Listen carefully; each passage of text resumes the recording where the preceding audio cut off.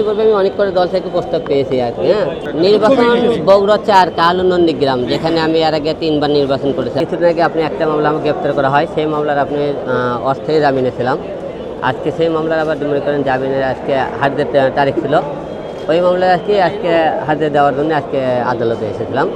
আজকে মনে করেন আদালতে আমাদের জামিন মঞ্জুর করেছে, আগামী মাসে আবার ধার্য তারিখ করেছে।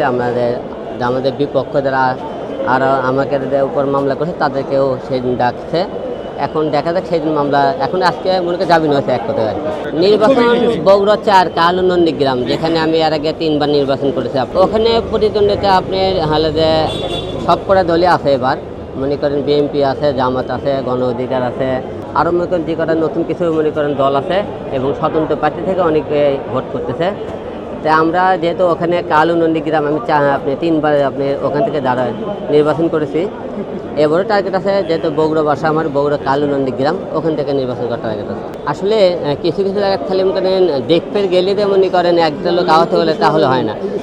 তো মানে একটা বিষয় কি, মানুষ দূর থেকে তাদেরকে দোয়া করা, আমার মুখে মানুষ দেখতে তার জন্য দোয়া করা সবচেয়ে বেশি কাজ।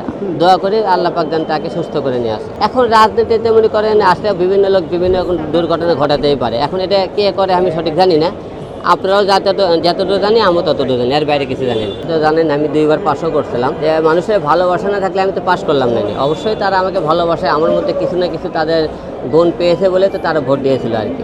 এখন পর্যন্ত স্বতন্ত্র আছে, কোনো দলে থেকে এখন পর্যন্ত চিন্তা ভাবনা নাই। স্বতন্ত্রতে নির্বাচন আমি যেহেতু যে কয়বারই নির্বাচন করেছি স্বতন্ত্র করেছি, এবারেও এখন পর্যন্ত স্বতন্ত্র আছে। কোনো দল থেকে নির্বাচন করে আপনাদেরকে অবশ্যই জানাবো। আসলে ইতিপূর্বে আমি অনেক করে দল থেকে প্রস্তাব পেয়েছি আর কি। হ্যাঁ, সেই হিসেবে মনে করেন তাদের সাথে মনে করেন আমি বলেছি আমি জানাবো। আমি কোন দল থেকে নির্বাচন করবে কি না এই মুহূর্তে বলতে পারতেছি না, যেহেতু স্বতন্ত্র থেকে আপনি সব কটা বাড়ি করেছি।